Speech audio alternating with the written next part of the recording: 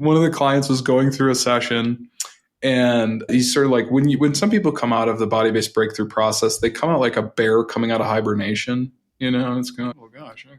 They're sort of like orienting back to their environment.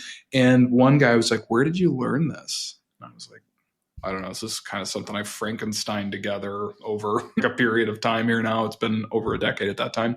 Yeah. So I don't know. I've just done this with 1,000+ leaders across different organizations and with people one-on-one. Right. And he looked at me, Alex, and this is actually the most shocking thing at the time, is he had like disgust in his face. And he was like, that's a damn shame. Huh. And I was like, okay, what? Yeah. No, I thought I knew where this might be going, but I don't. Keep going. He goes, that's a damn shame. And pause. And I think he was just trying to be dramatic. And he goes, there should be an army of people teaching this stuff with you guys because we need this. And there's only one of you. Got it. Welcome to the Redbeard Embodiment Podcast. I am your host, Alex Green, and I'm on a mission to bring the power of embodiment to people all around the world. In this podcast, we explore how embodiment practices, trauma healing, and knowledge about the human nervous system can help us find our ground, discover new sources of meaning, and create connection in an ever-changing world. The deepest change is embodied change. All right. I am excited to be sitting down this afternoon with Matthew Cooke here in Boulder, Colorado. We're both in Boulder at our respective offices, but setting up for a good conversation here today. Let me just tell you a little bit about Matthew. Matthew is the founder of a somatic coaching program, a certification program called Body-Based Breakthrough. It's a business based here in Colorado, but serving students around the world, I think. We'll ask you about that. Mm-hmm. But Matthew is a very experienced executive coach, facilitator, a founder, and a leadership mentor with over 15 years of experience in the field. He did his undergraduate work in coaching and related work at the University of Wisconsin, Stevens Point, which is cool because we've got the Scotty connection here we can talk about. Yeah. And he is a trauma-informed or trauma-certified practitioner in somatic experiencing, Kathy Kane's somatic work, which we'll talk about, Diane Poole-Heller's work with DARE and attachment, Irene Lyon, integrative attachment therapy, and organic intelligence, which is Steve Hoskinson's work with nervous system work.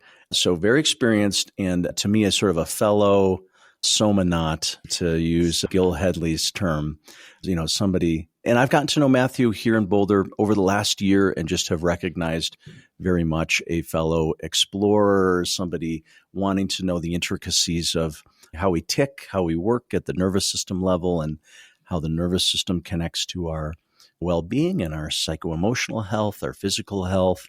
These are all things that Matthew has spent a lot of time thinking about and working with and learning about. So in terms of our conversation today, we'll hear a little bit about Matthew's unique story, and then topics I want to drill into. One area we talked about going into is kind of like why in a lot of Matthew's background has been in the tech space and startup work. He's been in a startup. We'll talk about that. There's still a lot of the coaching work that he does, business leaders. And one of our topics is just going to be what do they need to know about the nervous system? What do they know about the nervous system? Why could somatic work play a role there? So that's one area. And then we're going to just spend some time talking about somatic experiencing and related nervous system work, just kind of unpacking some of the principles, some of the ideas, some of the things that have revved us up and excited us as we've explored it over the years. I don't know. We'll probably talk about a few other things, but that's what's on the menu for today's conversation. Anyway, Matthew, happy to be sitting down. Thanks, with Alex. You. Welcome. Thanks. Thank you. I'm so excited to be here, and I'm so excited just to chat about these things because I feel like you and I would talk about this stuff offline anyways. Right. So I'm just happy that it's fun to record too. Yeah. Totally. 100%.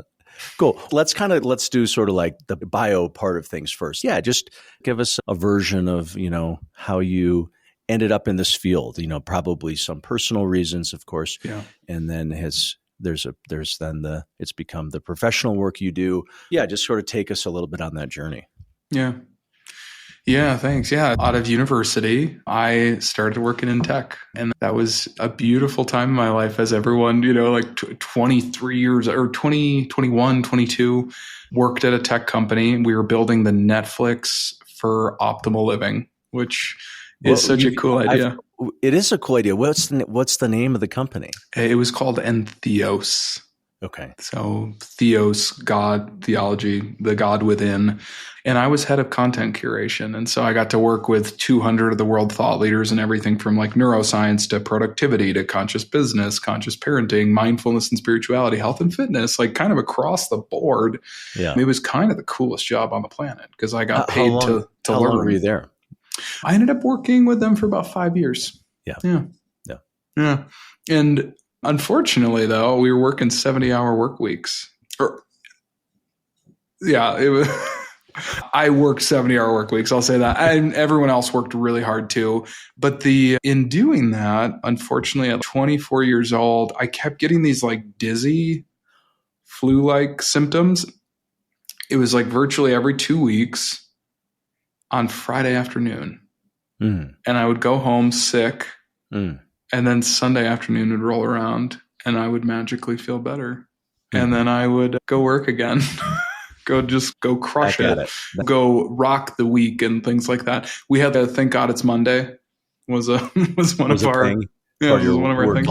Work cultures. And so at 24 years old, I was like, we were like practically like snorting Adderall. I mean, it was like, we were like super like high intensity about it because we were just so passionate about the work at the time.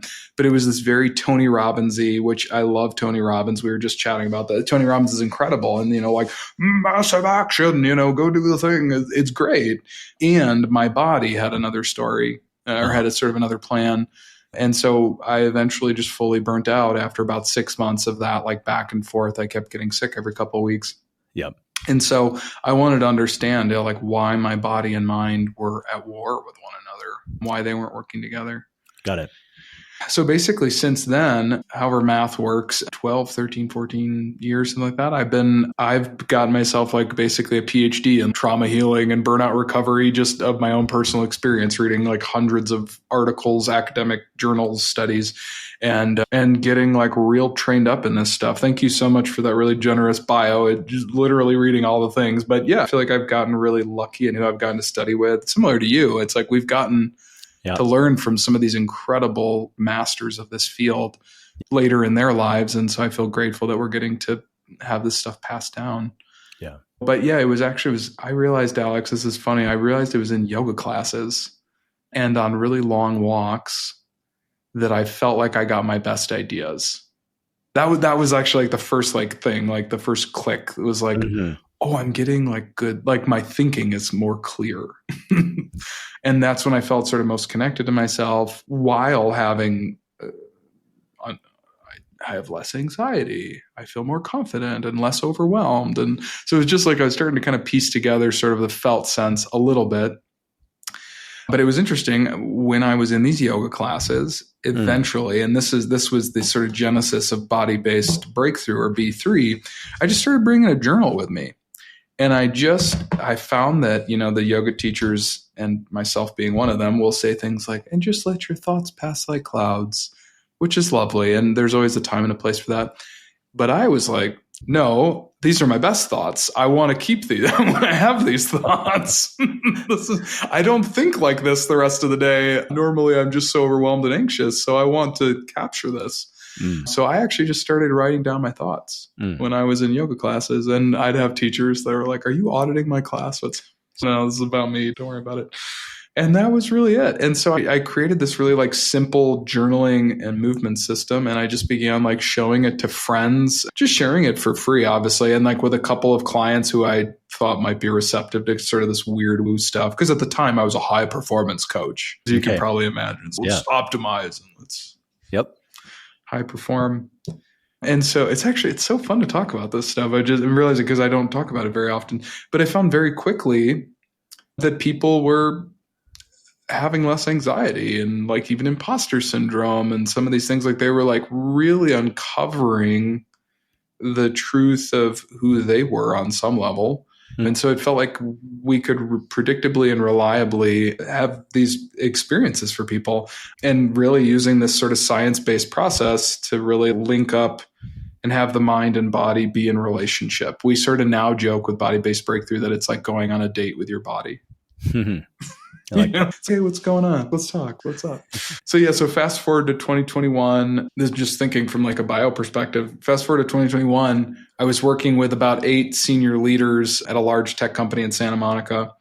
And one of the clients was going through a session, and he's sort of like, when some people come out of the body-based breakthrough process, they come out like a bear coming out of hibernation. It's going, oh gosh. Okay.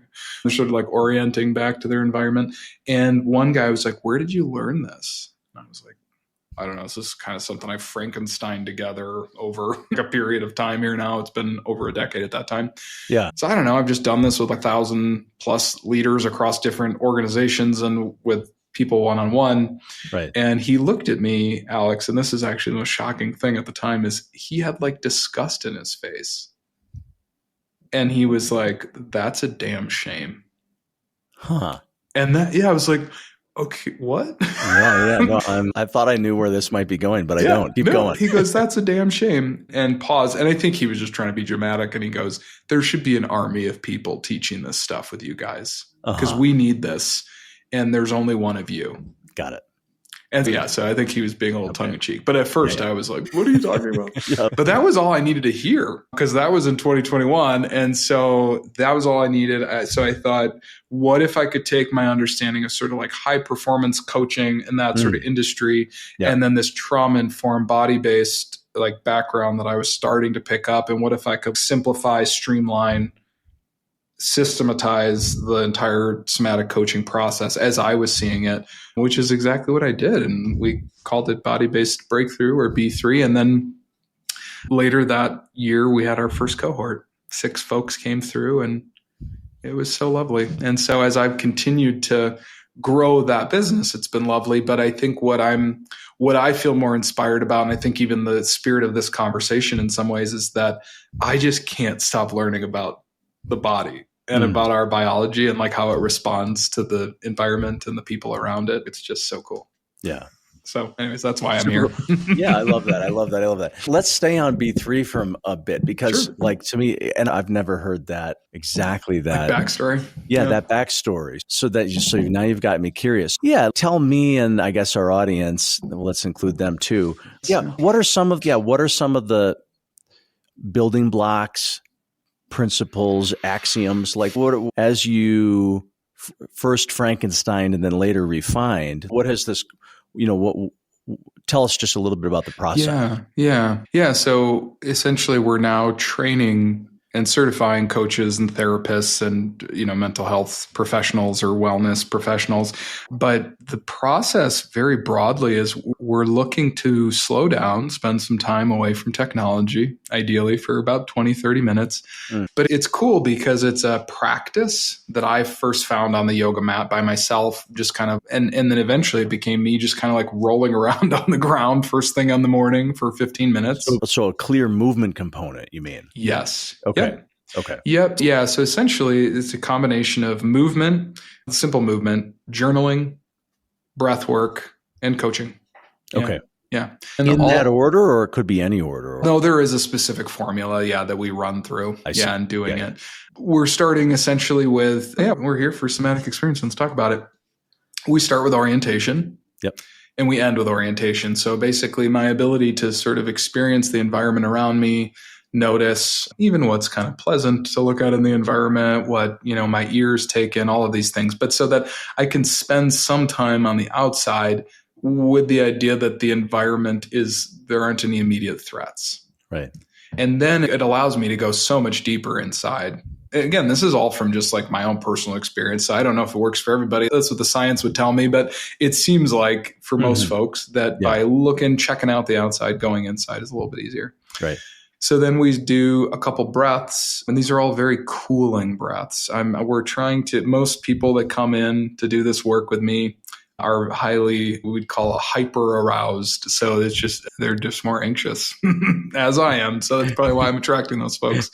And so, so we're using a gentle, soothing, settling kind of breath, like a 4-4 breath or a 4-8 or like a box breath. Although sometimes holding the breath for some folks can even create stuff. So just tracking the breath a little bit. And then we come up with a headline. It's just like, what's the thing today?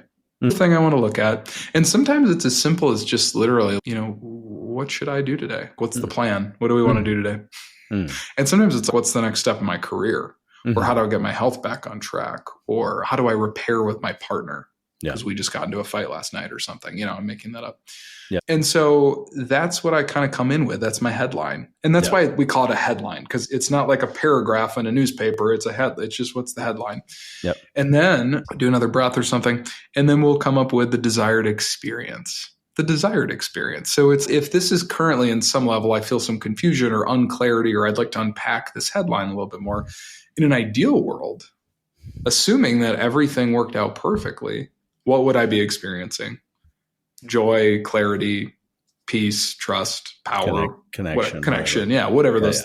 Yeah. And the cool part is it's always associated with whatever the headline is. So it's always a little different, and that's what makes it kind of fun.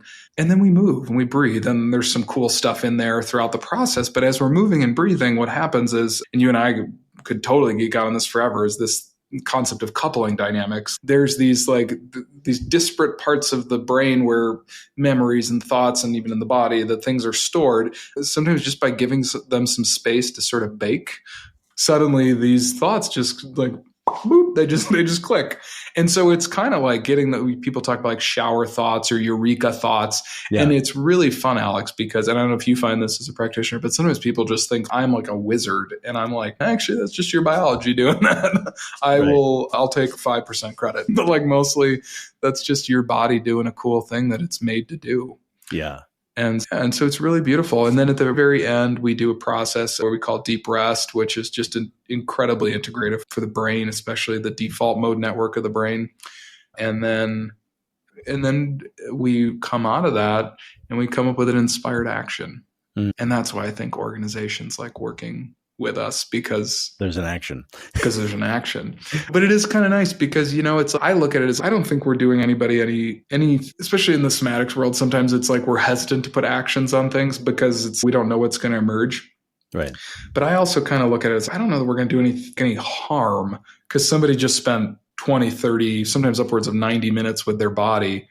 The answers that come, I always encourage, it's a baby action. It's not go write that book. It's write the intro paragraph or send that email, write that text. Yeah. Could even be take a nap. And I usually will prompt that too, that it's like, hey, listen, we don't need to move mountains with this, but it's just, what's the inspired action? I'll just share, there's this cool have you ever heard of the inspiration horizon? This is cool. And It's like science that just makes sense. Okay. So we have 24 to 48 hours to take action on inspiration. Okay. And if you think about it, you get a good idea on Sunday and you don't take action, it's like Wednesday. Yep. That's a cool idea. I'll get around to it. I will do it. But then, it just kind of fades out. And sometimes we still do take action. But if I get an idea on Sunday night, Monday morning, and I start taking even the tiniest amount of action, there's this ball of momentum that just starts rolling down the hill. So anyway, so I love that idea. And that's what I always encourage people is go take that inspired action and go put it in your calendar for the next 24 to 48 hours. And again, it could be taking a nap or getting a massage. Yeah. Anyways, that's body-based breakthrough. And then we orient again. Yeah. And then people are like, whoa, I'm coming back to earth. It's kind of wild. Yeah. Because they spend so much time. I love that because I hear both there's more than what I'm about to say, but I hear both the nuance of what happens when we include body awareness, breath awareness, exteroceptive awareness, through orienting. So I hear all those somatic principles, but I also really love the really clear process, So super cool. Thanks. I love that. Yeah. I mean, and what I've found, I think what our goal with the business is to ultimately be a stopgap for folks that go, I really want to become trauma informed. I want to understand the science. I want to get how to start to go into the body with my clients. Yeah. but I don't know that I'm ready to do 3 years of training with somatic experiencing or something like that. And so I would rather that if the choice is no training or 3 years, like there's got to be a middle ground. So that's our goal, is in those 3 months, we teach you, it's a formula. It's like a very specific way that you can go in and get out, like from beginning to end with a client, and that they can feel very confident. And actually, almost more importantly, that as a practitioner, you can feel confident going inside and sharing this with the client. Yeah. And then my goal is by 2035, we want to be like the biggest referrer to somatic experiencing. I want to refer everybody that comes through our program to like go take somatic experiencing, because I want us to be the beginning. Yeah. That people can just start to learn these. Do you know your count so far? Because I have referred a lot of, I have a pretty good, I'm just going to share. I'm going to share this briefly. One thing I'm proud of is that, because like I've done a lot of trainings, right? And I've sought out quite a few, full length programs, structural integration, Feldenkrais work, somatic work, IFS, whatever. Yep. So like a lot of full length programs, lots of them are multi-year, like SC, it's a 3-year program. And then, pretty often I'm in a position where somebody's newer to the field. And so I'm, mentoring, and they're just informally chatting about things. And so I'm often sort of saying, hearing what their situation is, and here's what I know, and here's a program I liked, and this and that. Yeah. And for me personally, like I can't really, I don't really have a course of learning that I've done where I would just snip it out. I don't need it. But, there is a little bit of a sort of, I don't know, certain things rise to the surface. And what I usually say is that the one program, like I wouldn't let go of any of my training, but the one that I would most unreservedly sort of recommend, the one that I would have the least hesitation to say, I don't think you'll have a bad experience, is the somatic experiencing training. Now, what I always hedge things a little bit, I say, listen, depending on what your goals are, you do not, if you do not necessarily have to do the 3-year program and become an SCP, depending on what I know lots of people who have done the first year of training and now they weave it into something, or the first, and it's structured in a way. The first year is pretty general. The second year gets really specific about categories of trauma. The third year is about sort of taking a deeper dive with certain things. Yeah. But anyway, so I'm always a little bit like, you can get started. Yes. And especially if you already have a context, you're a coach or you're a therapist or something else, a yoga teacher, you're going to be putting to use. And I say, so you don't think about the whole 3-year thing. Just even that first module is going to be like, you're not going to think you wasted your time or your money. This is usually my little pitch. Yeah. And I haven't literally kept track, but I got to tell you, I think that the conversation I've just had, that I just paraphrased, I'm certain that I have had that conversation with at least 15 to 20 people who have then taken SE, and I don't think any of them have got off the wagon, and nor do any of them sort of think to themselves that this was not. And what I always say is that, okay, there's going to be professional applications. Of course there are. At the raw level of just, you're going to learn some things about yourself that I don't think you would have learned another way. I mean, maybe, if you did sensory motor psychotherapy training or, something close enough. But it's special. Yeah. Anyway, special. I'm going on a tangent here, but I don't even remember. It's great. Yeah, we're gonna have a playful rivalry around that. Who we can refer to. Yeah, that's what it is. Yeah, exactly. So anyway, keep track. So you'll probably beat me in the numbers game, but I'm doing my part with with all these one-on-one conversations. Yeah. I feel like that we do. I don't know. Maybe I'm getting too moralistic about it, but I feel a real duty to share this with as many people as will listen. As clients, but as practitioners. Yeah, because the more and more that this gets shared, the more and more people get healed. Steve Hoskinson always used to say, I don't know if he still says it, but he said something like, they're making trauma faster than we can heal it. Oh, but it's just kind of funny to think of it almost like like widgets, like they're producing trauma quicker than we can heal it. And that's very funny. Yeah. So I just think about that. It's, we got a lot of work to do. Yeah, totally. To help more and more folks. Super cool. For you regular listeners to the podcast, you know that about half of these episodes focus on TRE, tension and trauma releasing exercises. And I wanted to make sure that you know about the Redbeard TRE certification program, our educational platform to certify others. And we have both an online version of that I teach, as well as an in-person version of the training that my colleague Ellen McKenzie teaches in Madison, Wisconsin. My next online certification training is beginning August 3rd and 4th, 2024.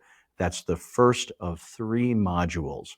And the way the certification program works is it's about a 10 to 12 month program divided into 3 phases of learning, each with a weekend connected to it, and then some one-on-one work with me and people on my team to support your learning journey.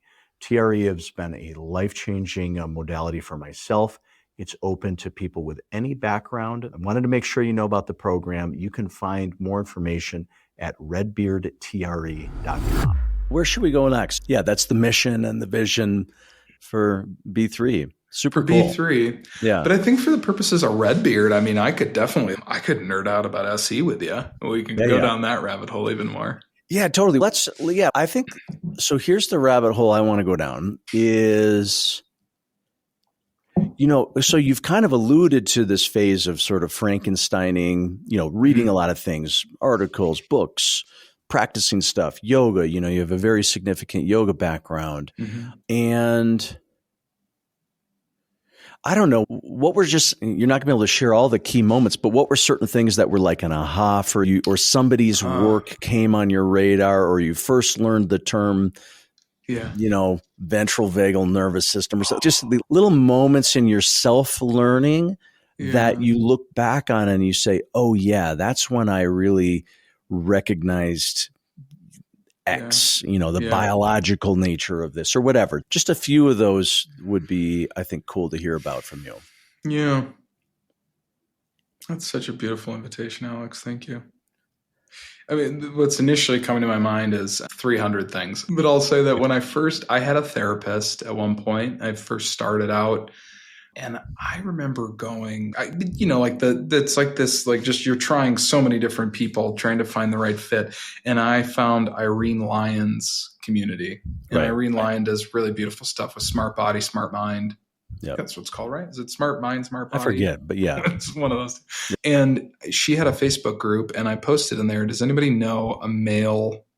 Like I really want to work with like a great male, like wanting the sort of masculine presence to help me sort of work through some of the trauma stuff. And everybody recommended, I have probably 14 people recommended this gentleman named Mark Reed Smith, who now lives in New Zealand, but actually he'll be moving back very shortly back to the United States. And so I found Mark about 5 years ago, and so wild. I don't know if you've ever found this, Alex, but it feels like there's something kind of divine about it too. I don't know if we want to get spiritual, but we can. About 6 months, I started working with him about 6 months before my wife and I got divorced. Mm. And I had no idea that we were going to be divorced. So it was like this really just like gorgeously set up by the universe, by God, that we would meet and I would have somebody who had built safety, trust, connection with. And I think that's the real gift that we get to give our clients is ideally a real safety, like landing pad. Right. And so he was that for me. And so I couldn't be more grateful to have found him at the time that I did. Mm-hmm. And he's an SE. He's an SEP. Yeah. He's actually moving towards the faculty track for that. So like really I think it's all he does is eat, breathe, sleeps SE as well. So he would be fun to have. A little SSP in there. Yes. And he does SSP. Yes, totally. Yeah. The SSP and the RRP, or is it R? You know the names better. It's the RRP. RRP. They like their double. I'm still learning that one. Yeah. So he was just such an instrumental person. And specifically for me, that was just really big. Also reading Peter Levine's books are just, oh my goodness. Like every single time I remember I'd had to really titrate it when I first started with his books. I could only read 2 or 3 pages at a time. Same thing. And I'd just be in tears or just in freeze or something. That is the weirdest thing about trauma books in general is how much you have to titrate it. Like as soon as you read about these concepts, then they just come alive in your own experience and body and memory. And yeah, it's really interesting. But yeah. Yeah, we could speak about that. I mean, I've found that so interesting in my beginning and intermediate year with Arielle Giaretto, but I'm sure in many SE trainings, she would say that just by us putting the words to these like very ancient structures in the brains, it's like in the brain, it's waking those things up on an unconscious level, on a body level. And so if you have things that are sitting there hanging out, as we talk about fight for an entire afternoon, as we talk about flight for an entire afternoon, as we talk about freeze for an entire day, you will be probably feeling some of those things and experiencing. And so I just remember going on the breaks and just being like, don't talk to me. Totally. Not literally, but that kind of, because it's kind of wild. Yeah, this trauma stuff is just like a beautiful unpacking, unfolding of who we are. So it's this idea of subtract. What is that whole like Lao Tzu? Do you know this? The Lao Tzu quote is mastery is actually subtraction, not addition, something to that effect. Okay. It's mastery comes through taking away, not through adding. Yeah. Nice. Anyways. Yeah, well, so that's a good direction to go.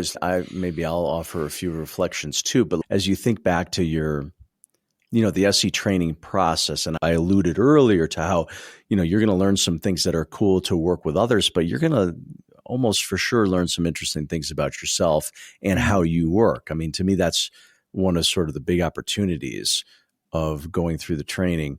Yeah, like maybe we could both reflect a little bit. What was meaningful for you to look at?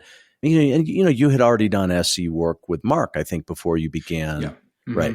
Yeah. So the model wasn't brand new, but now you're in a learning environment. Totally. So I don't know, for you, maybe it could be things you learned with Mark or in the training, but what have been some of the self-learning that's emerged as you dove into the SE model? Yeah.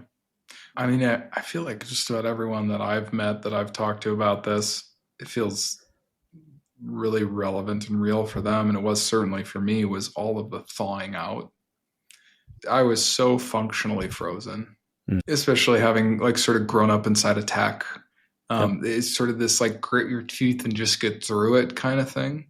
Yep. And it's on the other side, I'll rest, but then there's another sprint. And so there's never the natural rise and then settling of the system. It's just, and so I think it was recognizing how frozen I was, and then coming out of it, and then to feel the anger that was there and the deep sadness and grief and the really big emotions around that it's still obviously it's always a work in progress, and you and I have done work together, and I just am continuously humbled by this work.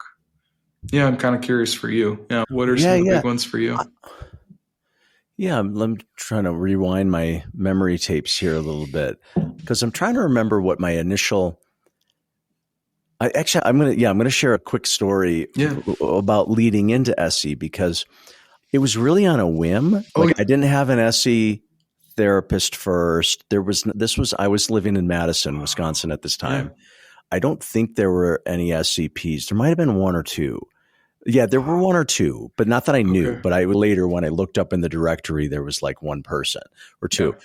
But so it was not yet big. But for me, the pathway was, I had been doing structural integration bodywork for full time, and which had been that was my entry point into for me, like my own somatic opening wasn't really through yoga or something like that. Like for me, it was through body work, and both as a receiver and then as a doer. So that was like a early phase of my therapeutic work.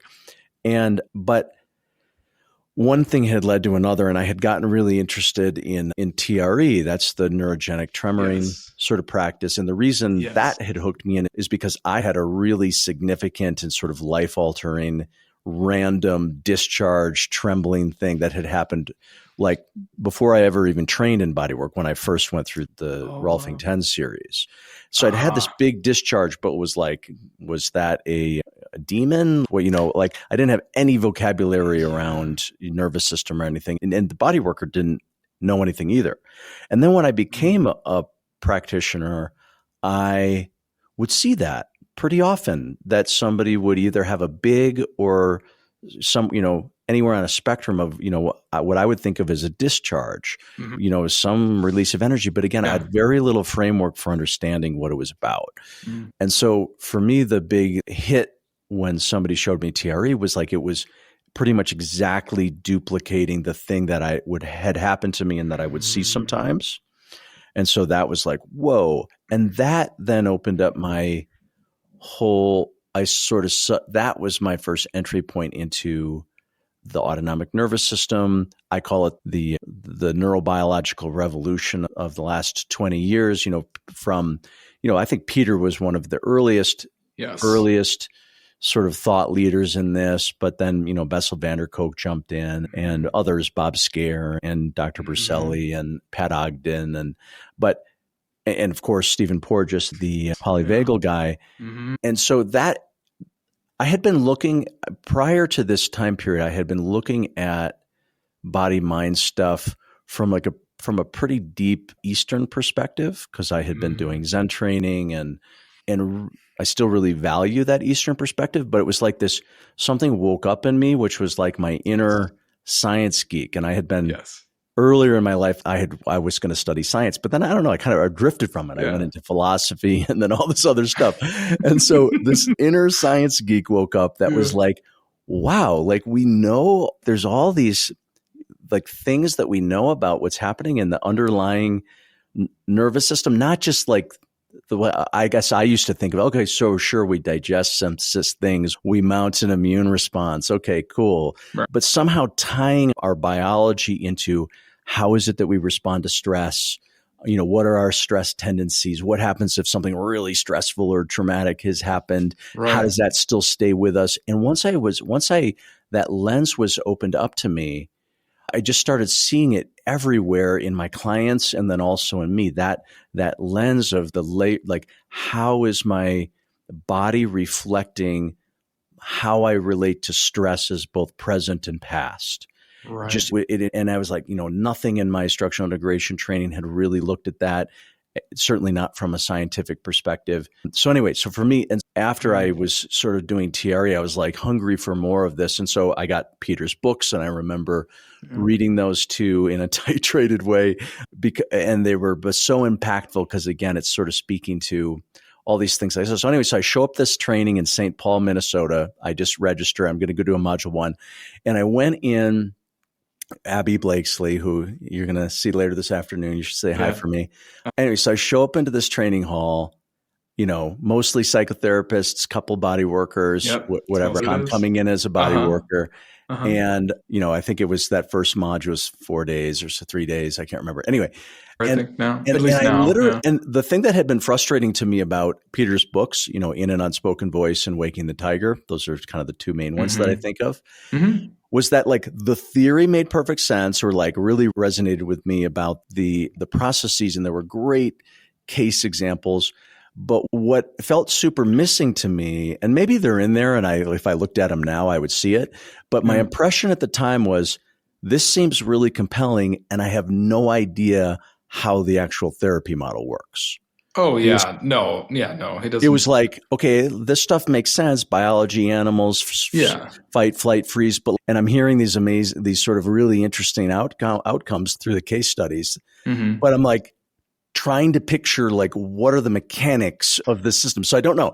So anyway, so I showed up at the training because I like, probably if I do this, and I wasn't thinking I would do the whole thing. And because you hadn't had a therapist. No, so. I just was like, I want to see how this works. And so in module 1, I started to see how it works, and I was totally enamored. But anyway, so that's sort of like the preview version. But to me, over those first 2 years, some things that stand out to me is what you said about how if you're spending a whole day talking about fight or flight or freeze, or you're talking about falls or things like that, somehow by kind of going through the inventory of experiences, it really helped me appreciate how, what I had thought of as not particularly significant events. But when I slowed down with them, I realized how much was there, how much was very much there in my body. And Bob Scare, who's a psychiatrist. Do you know Bob Scare? I don't know his work very He was well. based here. He was based here in Boulder, but he passed away a couple years ago. Okay. He's got a great quote he's got a cool book called The Trauma Spectrum. And he also has another cool book called The Body Remembers. And that's Bob Scare? Yeah, that's Bob Scare. Very cool. And a quote I don't know the quote, but a thing that he says that I really is he says that, it's the collection of life. He's the guy who really sort of invented the term little t trauma and big T trauma, by the way. Wow. Sort of this concept. Then I know Bob Scare. Yeah. So this quote that he has is, it's the accumulation of life's little t traumas. This is a paraphrase, not a direct quote, that add up to the personality. Again, this is maybe a little bit of a simplification, but that was basically the gist of it. Yeah. Was like, there's all these little influences that you might not think of having been all that significant, but at the level of the developmental sequencing in your body and your brain, and there's a good chance that has deeply shaped who you are today, how you are in social connection, the things you gravitate towards, the people, the activities, the hobbies, the things you avoid. There's a chance that these are sort of shaped by these kinds of experiences. And what I found in SE training was that experientially, I recognized how true that was. And for myself. Yeah. And so there's this little bit of the kind of like a somewhat spacious. I always appreciate this. It wasn't overwhelming and it was spacious. It was just, train session by session that I did with my peers or that I did, when in my personal work in between. It was just like session by session. It was like something would arise, a little memory. And if the time was given to not just talk about the narrative thing, this thing happened and I got scared or whatever, but to sit with it, just how much more there was to do than just remember it.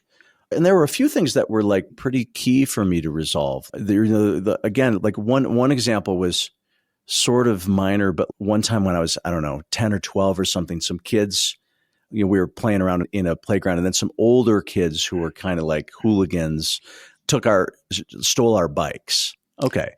Now, normally I sort of think back on that. Okay, it was a little scary, whatever. I was this or that. But when I sort of processed that at a nervous system level, I just realized how much was there, how much freeze had been there because in the moment, sort of froze and was scared. And then after, and these are the kinds of things that are just, wasn't all that well attended to at the time. And I don't think of it as having been the deepest influence in my life. But then when you stop and you slow down with it and you do go through, process that, then coming out the other side, somehow you've got more energy available to you, more of yourself. So there was lots of little things, like not always sort of episodic in that way, not always memory based, but I just felt all these layers surfacing and working. So so well articulated. Yeah. So that's kind of what I remember. Thanks, Alex. Yeah, just such a beautiful way to share about that. And I felt like I was right there with you. But you're right, though, like in the renegotiation of what happened or what didn't get to happen, there ends up being this like butterfly effect in some kind of weird way where it frees up life force energy, but it almost feels like all of a sudden all of those memories that maybe like throughout the time from then until now that were sort of stacked up, just kind of poof. And then I can move forward in a more meaningful way in the ways that I couldn't at that time. I think the other thing, I love that butterfly effect comment because it's totally true. Yeah. The other thing I think happens every time you do that is you have a little bit of a glimpse as to, for me anyway, there's a certain sort of a confidence emerges, which is, sometimes I get really stressed out about something or something doesn't go well or something didn't go well in the past. Yeah. And if I just, under the right conditions and if I sort of trust the process and I sit with it, like there's this feeling of, wow, I actually have a tremendous capacity for resilience and moving through and not just stuffing down or not just numbing out. And you do that a few times and then suddenly it's, wow, that becomes like a superpower that like you have a very different way of moving through something. So I love that piece of it too. Yeah, the strength that we get to see in ourselves. Yeah. Yeah. And I've experienced that with you so many times in the work that we've done together. It's like I will leave a session and go like, holy crap, I have so much more available to me now that just didn't even seem possible. I was actually just sharing that with a client the other day, and she was like, that's really useful that when we are in these more sympathetically charged, activated moments, thinking becomes very black and white. And that it's just very binary. It's like ones and zeros. But then when more of our cortex is available and online, suddenly it's like the full rainbow technicolor. There's 40,000 options here that all of a sudden it feels like life is more possible. Yeah. And then just easier because I just pick the easy choice or, of these 40,000, there's just a lot more options that make it more pleasant, easier. Something like that. There's more agency.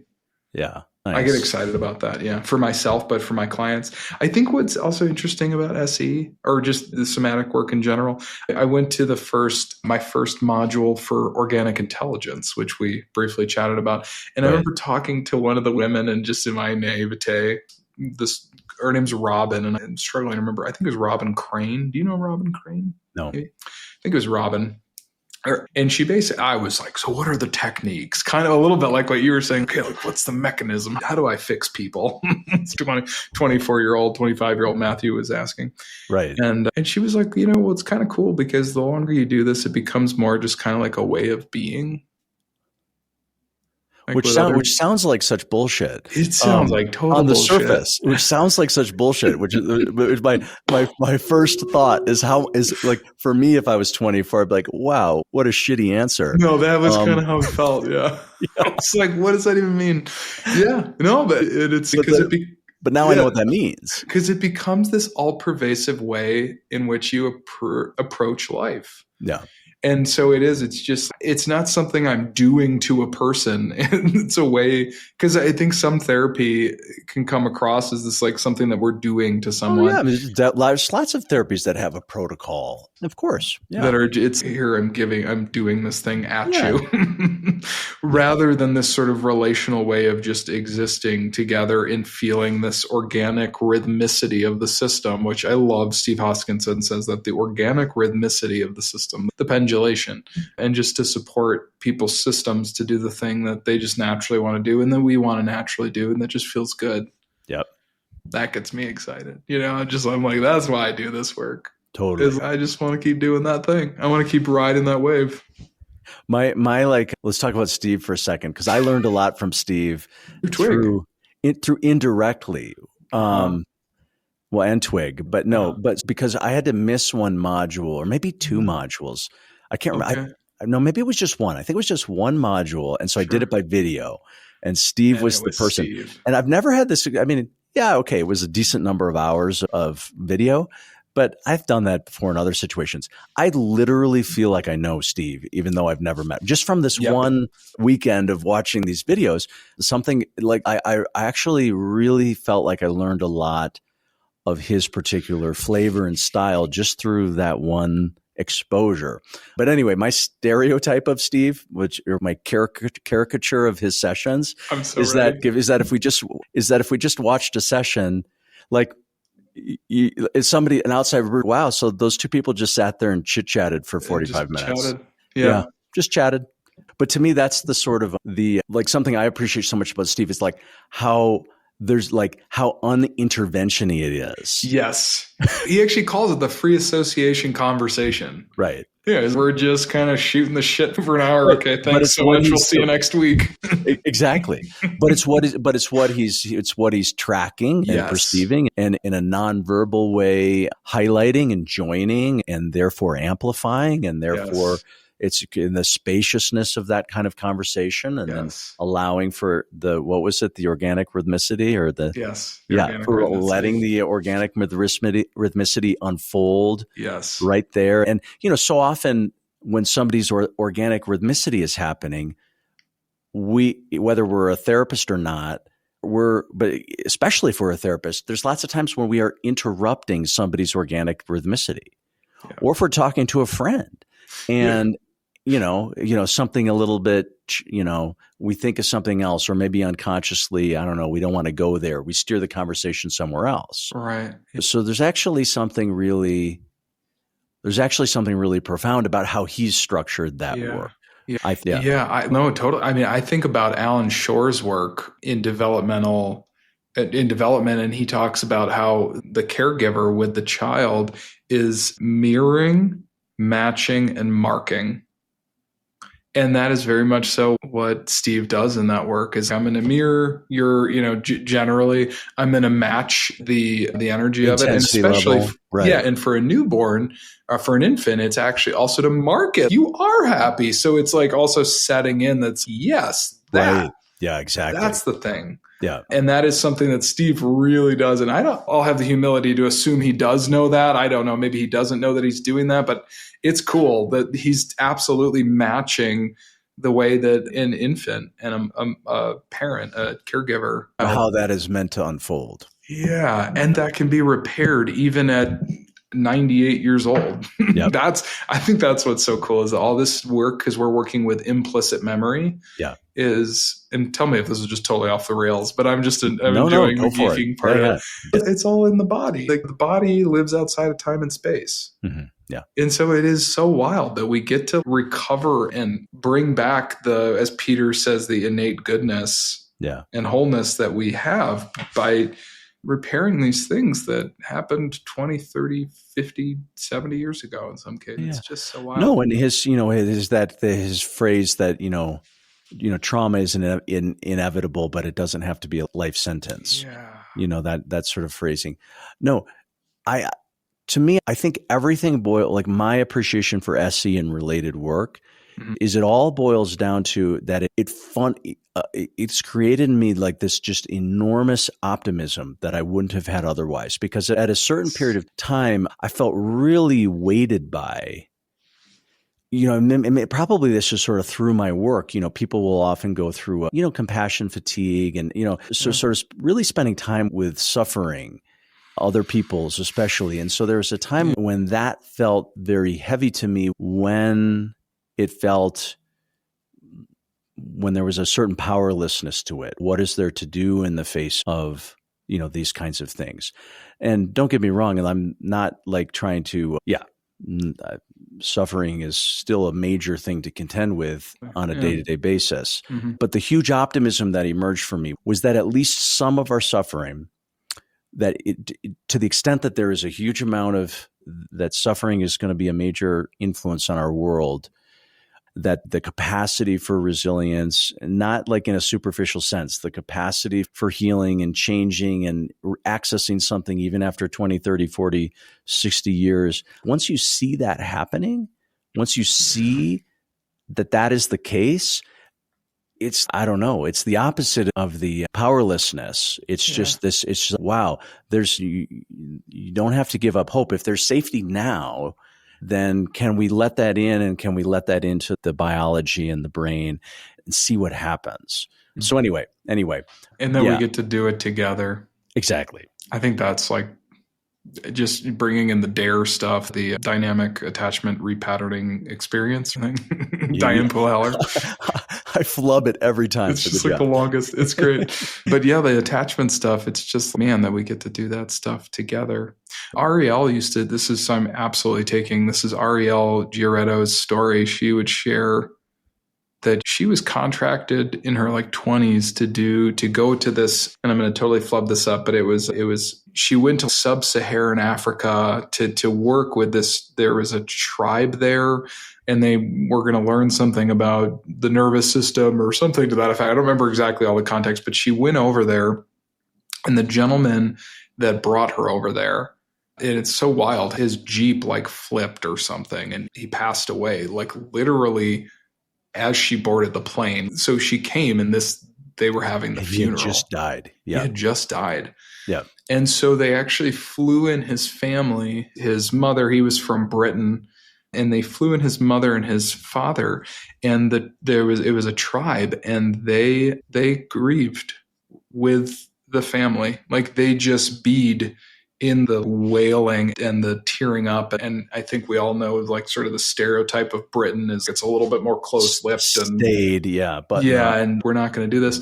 The women, I guess, slept in the same bed as the mom and just held her all night. And they just cried and cried together for a couple weeks. And that this was just like the most transformational thing for this family, because then they then brought this back to Britain, and I guess they then shared it with their family and other. So there was just this like gorgeous ripple effect that was able to be created through people sitting with other people suffering. Yeah. And I just love that example because it's such a evocative story of that these women literally, they would sit around the campfire and dance and cry all night, I guess, together. And there was always somebody sort of tending to this fire and in the grieving process. And so almost that the mom didn't have to carry all the grief herself. Absolutely. Is that like they could carry it with her and like literally dance it with her, the dance of grief. So did not expect to tell that story, but that is no, that's a really good one. Yeah. It reminds me a little bit of, do you know Pete Walker? The name sounds familiar. Yeah, he's a cool guy. He's written a lot about complex trauma and developmental trauma. Okay. The Tao of Feeling Fully is a good one. Ooh. He's got one called, I think it's just called Complex PTSD. That might literally be the title of the book. CPTSD, yeah. But in his foreword, it's a little bit similar. He was talking about, I don't know where he's from. I think the United States. And he talks a lot about, in his books in general, he talks a lot about what we would call, implicit memory, but he frames it quite, his terminology as an emotional flashback. As opposed to sort of like an explicit memory flashback, more of an implicit memory, and not only the body piece, but the sort of the emotional tone. It's the whole thing of, you haven't been to see your family for a long time. And then you go back and, for the first 12 hours, you're in your adult consciousness. And then you don't even know why, but somehow something, just things start to shift, and nobody has done anything. Nobody said anything to consciously say, trigger you. And yet you're now experiencing all these sort of emotional things. That happens to me for sure. Anyway, same. Yeah. Anyway, I don't know if you can escape it. An emotional flashback where anyway, but he tells a great story, which was he was visiting, I think, somewhere in India, and it was just about to fly home, and there was a big earthquake or something like that. Oh, wow. And so he was in a hotel in a big city, maybe Delhi or something like that. Mm-hmm. But this might have been Bangladesh. And at first, and it was bad for lots of reasons. One, he couldn't fly home. It was like going to fly the next day. He was pretty young, I think. So pretty scary situation. But the thing he writes about that he was most scared about was that after a few days of sort of staying holed up in his hotel, he finally sort of came to this realization that he was going to need to go outside.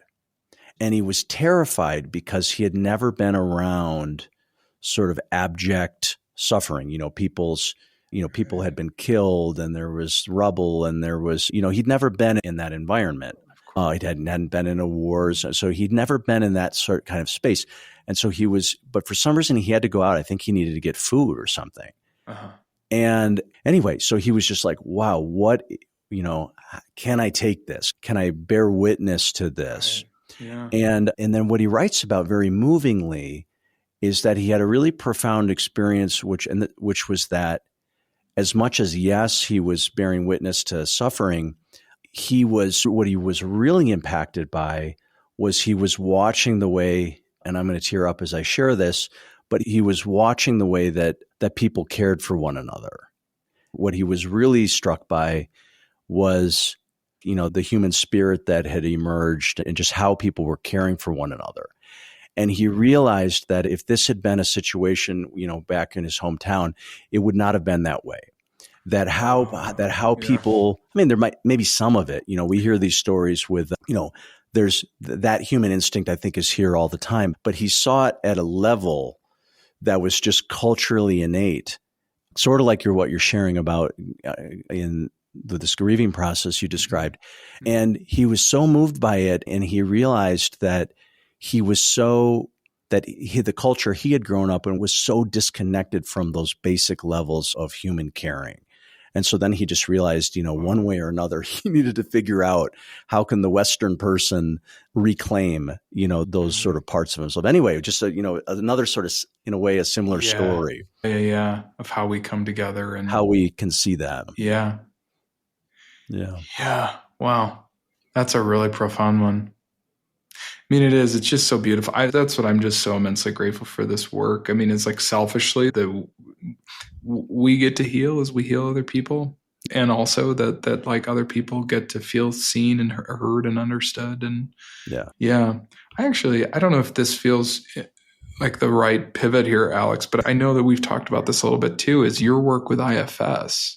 And I guess I'm just kind of curious as we're sort of like spitballing a little bit around like the ways that we support other people's systems and get to work with people. I'm curious how like you maybe see SE or somatic experiencing and sort of these somatic things, how they sort of dovetail maybe with IFS.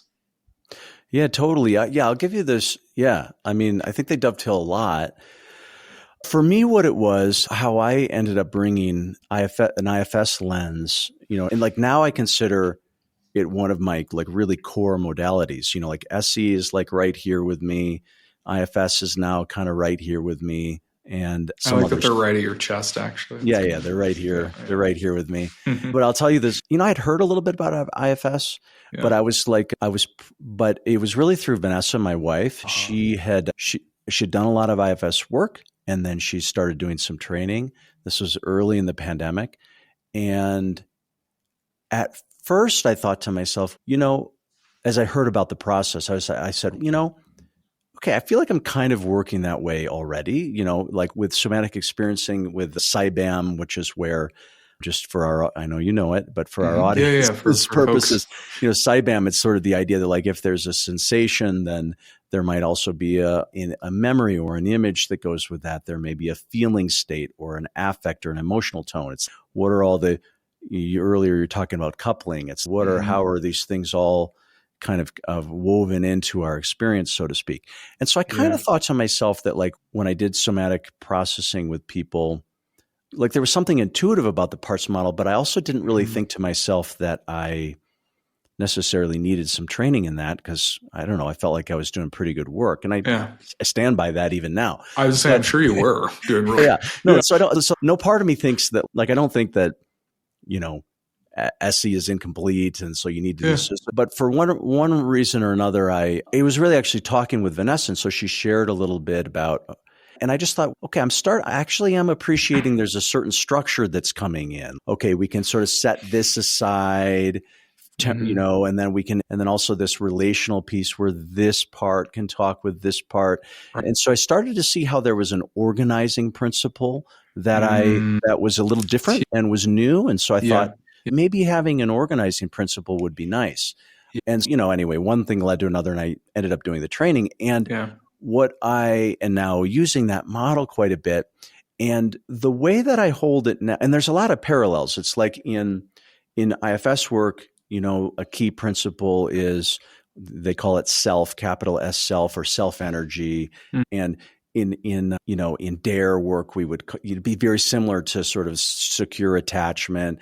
And in SE work, it'd be very similar to resource or to, ventral vagal safety physiology. There's all these crossovers, but there was the thing about the IFS model that I think has been most impactful in the way that I work is the idea that once we discern a layer of ourselves or a part, as we would call it in IFS, it's the idea that we can sort of just literally be in not just know about it, not just feel it, not just talk about it, not just sort of see how it's showing up in the body, but we can also, in a sense, literally be in a relationship. We can ask that part of ourselves, to tell more of the story. And it often will.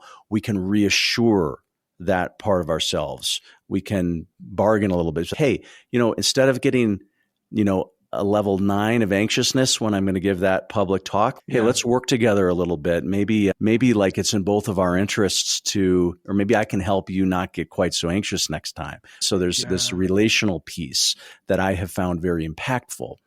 But nowadays, sometimes usually when it's left to me and I'm beginning with a new client, I almost always start with SE. I do a lot of skill building, language, shared language, nervous system work, getting to know their rhythms, their organic rhythmicity, hopefully. Yeah. So I'm learning about them at that level.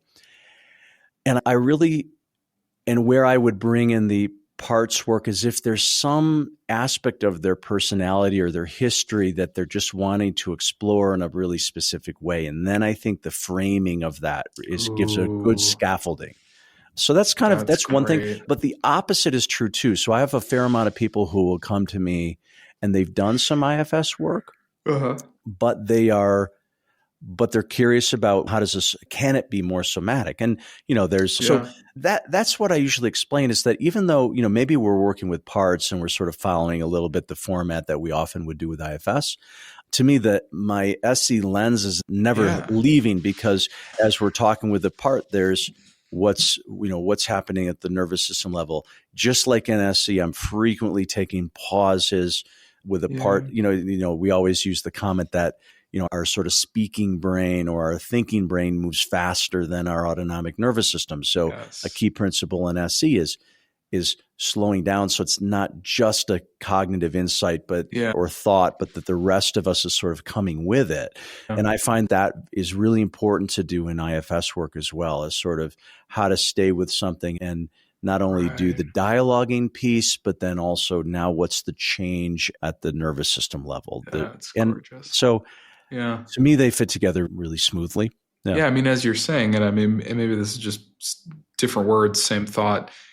So I'm almost imagining like you could take a part and just basically Cybam it. Yeah. Can you not is there an image as you think about, you and I were doing some work and there was I had this character from a Marvel show when I was a kid that was in my belly. So there's image. I mean, there's certainly sensation, right? There can be emotion. I don't know how that's just coupling for me. That's just clicking, but that they do. It sounds like they really do land really nicely together. No, I appreciate it. Yeah. Yeah. Gorgeous. Yeah. And it's something that I think connects really well. This is actually something I learned a lot from one of Steve's students. I can't remember his name. I did my final year my final advanced 2 in, I think I told you this, I went to Northern Ireland because the training had filled up and I was mad and I wasn't going to wait. So I was like, screw you. I'm going to see what else is out there. And, go to Northern Ireland. Yeah. But there was a cool guy whose name I forget who had studied a lot with Steve Hoskinson, the Organic Intelligence founder. And for those of you listening, Steve was a longtime somatic experiencing faculty. Senior faculty for plus years or something. Yeah, a long time. He worked very closely with Peter. And then, then he created Organic Intelligence because, he kind of cultivated a pretty distinct style. But anyway, so something that I learned at that training was, even though this had been taught, but it was but what really landed for me was this idea that if we first, Steve sometimes uses blue and red as the framing, and I hadn't really, because Steve wasn't my primary teacher, that hadn't been the language we used. We talked about resource and activation, vortex, counter vortex, that sort of thing. A little bit more technical, like blue and red to me is so simple. Yeah. But anyway, this idea that, look, if you spend the time harvesting and attending to the blue, meaning the safety physiology or the resource pleasure, and not just enough to then go on and do something else, but if you can really gather that there's no wasted time by really building up this big ball of blue. That's sort of how I think about it. Yes. No, I'm thinking of islands of safety. Never mind. I was going to say islands of blue, but no. Islands of blue. That's a little bit how I think about it, because the idea is that when there is enough blue, then almost organically part of the organic rhythmicity is that pockets of red, activation energy will naturally come into the scene. But because there's so much blue, things are slowed down. It's not overwhelming. Resolution is possible. And so that idea and that's very key in somatic experiencing, is you don't just sit down with a person, say, hi, how are you doing, this and that, and then, okay, tell me what's hard for you or what's been really difficult. Because if you do that, you're not in their safety physiology. And even if somebody's sort of in their safety physiology, if you can really take the time to get to, and this is oftentimes over multiple sessions, get to know them and their nervous system to the point where it almost becomes habitual, that when you and I sit down together, or you and your clients or me, that what gets grooved over time is that, oh, this is the place where my nervous system settles. This is the place where safety physiology can come forward. And yeah, we end up sort of doing some work, but it's sort of easy. But there's a real crossover to that idea with IFS, because in IFS, the concept of self-energy is that if we can access they would call it self-energy, I might call it safety physiology sometimes. But if we can access that and then operate from that place, so now we're talking about our part that criticizes us, or our part that gets anxious, or our part that's really wounded from a childhood experience. But if we have sort of self-energy with us, we have everything we need to effectively work with those more challenged parts. And I think that's just a direct match with how we work with SE, that we use a little bit different terminology, but the principle is the same. And so that's why, to me, I think they pair really beautifully. They really do. Yeah. I love Steve. Steve has this motto that he says is, the job is enjoyment. It's a tough job, but someone's got to do it. Sounds very Stevie. It's a tough job, but somebody's got to do it. No, he's a cool guy.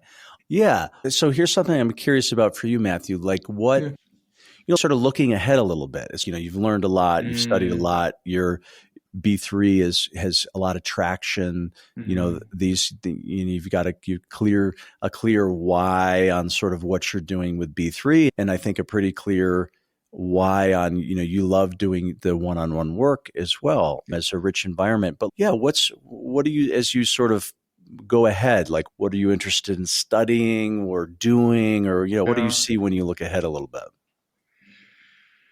Oh, as you were talking about IFS, that sounds really fun. I was thinking, I wonder if I can get in the lottery for that. I know they just transitioned to where it's coaches, whatever, it's something different now. Alex, if I was just to really share what's on my heart, I want to build an institute, like a physical brick and mortar institute and I've had visions of, tech executives, but all kinds of people stepping out of an Uber and them rolling their, suitcase up to the steps. And I just kind of come out with my hands out, out, and they just collapse in my arms. And I'm like, we gotcha. Nice. We're here for you. Yeah. And that people could come in. I'm thinking a little bit like Kripalu or Omega or Esalen or those type of, right? But that there would be like this sort of hub here in Boulder. And it's kind of wild to me that we don't have this here in Boulder yet. Totally wild. Yeah. There was the Integral Center at some point and all of these different things, but that's what I crave. And I have multiple conversations out with folks about how do we build this institute? So and I haven't shared that with you. So I don't think that I have. So that there would be maybe a place, like a slice of it, but no, I'm catching the fuller view. Yeah. Yeah. So there, so people could come and take daily, weekly community classes that are available to everyone in the community, and that we would have training programs, and that you would be able to share Feldenkrais with people, and that they would just a really rich environment for wellness, and that people could come for full scale healing. For whatever that means for them. No, it feels like a complete no-brainer for this area, because it is a funny thing because, when I moved here, I thought to myself, I've only been here 3 years. It's, wow, I am moving to the epicenter. I think of Boulder. I still think of Boulder. That nothing's changed, but I think of Boulder as sort of like the world capital of somatic work. The Rolf Institute is here. The Somatic Experiencing Institute is here. Lots of, if something is neuroaffective touch, there's even craniosacral stuff. There's some of the headquarters of some of the largest wellness companies are here. Has a massive, exactly. Gaia is or here. Gaiam, they're here. Yeah, totally. Wild. Exactly. No, so, but not only the company headquarters, but certainly at the level of practitioners, trainings coming through here. Boulder literally to me is is the epicenter. But I've always thought that, sure, you take a training at a hotel, but there's no Kripalu, there's no Omega Institute. What's that what's that one out in near San Francisco? I've been to it once. 1440 Multiversity. 1440 Multiversity. Incredible. That's one that I think of. Cool place. And, and so to me, Front Range, Colorado, Boulder area would be, the closest I think would be going to California, know? So, wow, what a cool vision. That's the thing, man. I think the more and more I'm going to get, is like the more and more that we have these artificial intelligence and some of these things that speed up our minds, I think that there's going to be just as much of a desire for the analog and for the truest biological experience. Yeah. And I think that is going to be a greater and greater desire for people. I think you're right. Sort of like the equivalent of the slow foods movement, but for slow humans. Slow humans. Yeah. Yeah.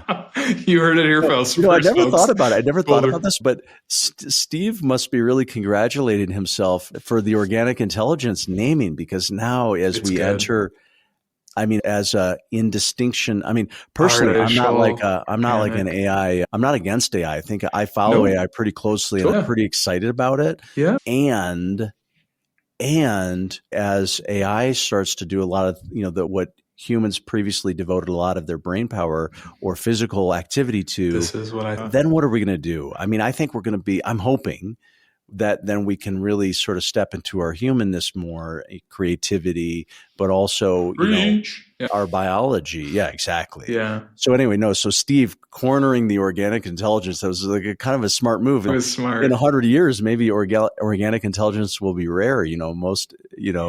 Most of the intelligence might be artificial. And thanks for naming that, Alex, because I don't want to be a Luddite. That's not interesting. And for some folks that is interesting, but I don't need to go off grid, go into the woods, build some commune somewhere. That's really cool. There's like a version of me that wants to do that. Right. But what I'm more interested in is actually like, how do we work with artificial and organic intelligence, and how do we bring those two things together? Yeah. In a way that the system goes, yeah. Totally. That's what's interesting to me. Yeah. What about you? Oh, one last thing, actually. Wait. Yeah. Go ahead. Is 2035. We want to have trained 1 million body-based breakthrough practitioners. Okay. I just want, by 2035, Alex, I want it to just be silly to not be trauma informed. That people are like, wait, you're not trauma informed? And not that people are shaming other people, but there's just, oh, wow, I would just assume that you would have been. Because it just becomes, it's just that prevalent, it's that pervasive. That to be a practitioner in any way supporting other people, that I want to be at the forefront of that as we continue to pioneer into the world of what trauma informed looks like. Yeah. That's awesome. Especially in 2025 and moving forward. Yeah. So I love that. Yeah. Cool. Can I return that question? Can I volley that back to you as we sort of wrap up here? What's the question? Yeah. Yes. What is the future of Alex? What's the forward momentum? What's calling you into the future? Whether it's with Red Beard or otherwise, or family and whatever. All of those things come to mind. I think here's the things that I'm thinking about. One is sort of an educational direction. And I've shared this with you, but it's a little bit like, I was sharing earlier in this conversation about how, organically I had these release processes. For me, it was through body work and the neurogenic tremoring. And then I would see it and it wasn't all that well understood. And that's something I'm wanting to do a lot of education around, and also cross-fertilization. That's maybe a better word, because I still believe, I think of TRE as, it's like a little bit in a silo. I feel like kind of what you're sharing of, it's silly that people aren't trauma-informed. I think it's silly that we don't understand that when that our body might release stress through tremoring or other kinds of and we see it as a process. It's a metabolic process. To me, it's silly that when pregnant women, when they give birth and then they're shaking afterwards, that they're medicated. Yeah. Or held down, even worse. Yeah. Hopefully. Yeah, exactly. So to me, that's pretty silly. Yeah. Something that I have already begun with Siv, my collaborator in Norway, is what we're really trying to do is bring this more out there. And again, kind of stepping out of the sort of little bit of the silo of, TRE. And because we've always said, why aren't more people coming to us? these are conversations with the founder, Dr. Purcelli, and they were like, all right, we got to find better ways of going to them. So for me, my background in body work, so one of my big audiences is I want to be connecting with other body workers and saying, hey, listen, there's this thing you could easily learn about, super important, and a lot of opportunity for facilitation. And and we want to educate other people too, doctors and whomsoever. So anyway, so that's one of the sort of things I'm doing right now. But the theme of education in general, and through Redbeard also, so I sort of feel inspired to just sort of create different sort of courses. Some of them could be workshops. A lot of it, I think a lot could be online learning at this stage, but just educating, even in the way that you and I are sort of trying to bring to light certain sort of concepts. You're talking about the shower moments. Oh my God, I have so many. My shower moments are like, okay, I need to teach dads about, because I have, we've got our 2-year-old, dads need to know about, nervous system for their kids, or they need to know about the attachment system more than they do right now. So my shower thoughts are around how to translate things that I've learned from somatic work into things that are applicable. So that's another direction that I'm working on. Yeah. I'm really excited to do this all with you, Alex. Yeah. Separately, alongside each other, together. Yeah, it's fun. Yeah, super cool. All right. Did we leave anything on the table? I think we did the thing. We did the thing. Okay, we did. I think that okay. So if I was to give a wrappy-uppy thought, I really, it feels like my life's work is this idea of consistency over intensity. Okay. Consistency, like Matthew's personal work. And I think that other people might take that on as something that they want to bring into their lives too. But if we're thinking about nervous system health and living a life that is awesome, for lack of a better word, it's just how can I bring consistent, as Steve would say, non-habit forming, non-addictive, simple pleasure into my life rather than trying to do intensity. I had a personal trainer when I was in my early 20s, and he was like, dude, I'd much rather you're in here for 30 minutes every day and you don't even break a sweat than you come in on Saturday for 4 hours and you're doing, stair sprints and you tear your hamstring because you're just going all out. And that metaphor has stuck with me now for well over a decade. And I think about that all the time because, the world is a really intense place. And so if I can be a beacon of consistency and predictability and security for myself, hopefully I can do that for other people. Yeah, I love that. I'm one of Abby Blakesley, my SE teacher, and who you're going to see later tonight. A phrase that really stuck with me for her is that she said, this work is sneaky powerful. Sneaky powerful. And I hear that a little bit in the consistency. It's like somebody watching you go to the gym for 30 minutes and not breaking a sweat, or whatever your equivalent is now, somebody watching you might not notice how powerful that is. Yeah. But that is what these are the deeper changes. These are the deeper things. So I think that's a great closing thought to share. Thanks. Yeah. Thanks for having me on, Alex. It's been Matthew, thank you so much. This has been a pleasure. Thanks. Yeah, same. Looking forward to more. Yeah, likewise. Thanks for listening to today's episode of the Redbeard Embodiment Podcast. To learn more, visit us at redbeardsomatictherapy.com or send me an email at alex@redbeardsomatictherapy.com. If today's conversation resonated with you, help spread the word by subscribing and sharing with others. Hope to see you next time.